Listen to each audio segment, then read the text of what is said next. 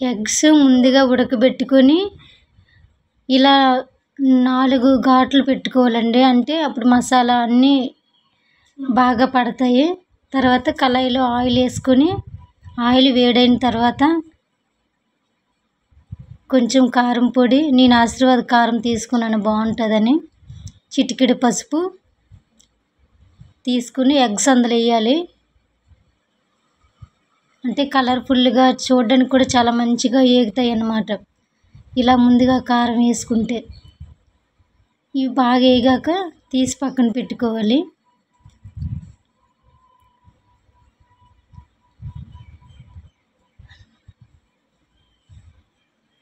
తర్వాత వేరే కుక్కర్లో ఆయిల్ వేసుకొని తర్వాత బిర్యానీ ఆకు, వెల్లుల్లిపాయలు, ఎండుమిర్చి, కొంచెం జీలకర్ర వేసి బాగా కలపాలి. నా ఛానల్ ఫస్ట్ టైం చూసినట్టయితే ప్లీజ్ సబ్స్క్రైబ్ చేయండి, లైక్ అండ్ షేర్ చేయండి, సపోర్ట్ చేయండి నా ఛానల్. మీరు ట్రై చేయండి ఒకసారి ఇంట్లో. బాగా కలిపిన తర్వాత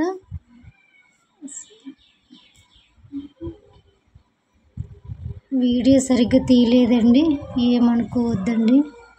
తర్వాత ఆనియన్ వేసి 2 పచ్చిమిర్చి సన్నగా కోసి నేను వేసుకున్నాను. కొంచెం కరివేపాకు బాగా కలపాలి. కలర్ గోల్డెన్ కలర్ వచ్చినంత వరకు కొంచెం వేగాలి. తర్వాత నేను అల్లం పేస్ట్ వేసుకోవచ్చు, కానీ నేను తురుముకున్నాను. ఆ తురుము కొంచెం వేసాను. చాలా టేస్టీగా ఉంటుందండి, మీరు ఒకసారి ట్రై చేయండి. తర్వాత సాల్టు, కొంచెం పసుపు, తగినంత కారం బాగా కలపాలి. చూసారా, కలుపుతుంటే భలే ఉంది, స్మెల్ కూడా భలేగా వస్తుంది. తర్వాత టమాటా వేసి కలపాలి.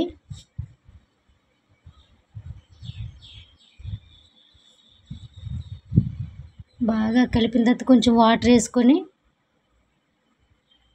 మూత పెట్టుకోవాలి. 3-4 విజిల్లు వచ్చినంత వరకు ఉంచి తర్వాత మూత తీసి చూస్తే బాగా మెత్తగా ఉడికిపోతాయండి. ఇప్పుడు కొంచెం గట్టితో కొంచెం అలా చేస్తే సాఫ్ట్గా ఉడికిపోయింది కాబట్టి మనకి గ్రేవీలాగా బాగా వస్తుంది. అసలు ఏం కనిపించదు, ఇంకా ఉల్లిపాయ కానీ టమాటా కానీ అంత బాగుంటుంది అన్నమాట. తర్వాత ఇప్పుడు ఎగ్స్ అందులో వేసుకొని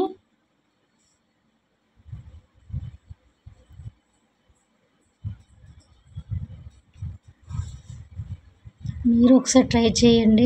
నెక్స్ట్ మీకు ఏ కర్రీ రాదో నాకు కామెంట్ పెడితే నేను చేస్తానండి. తర్వాత ఇప్పుడు విజిల్ తీసేసి మళ్ళీ కుక్కర్లో పెట్టండి. నేను విజిల్ పెట్టాను ఎందుకంటే నాకు కొంచెం బిజీ ఉన్నానని విజిల్ వేసాను.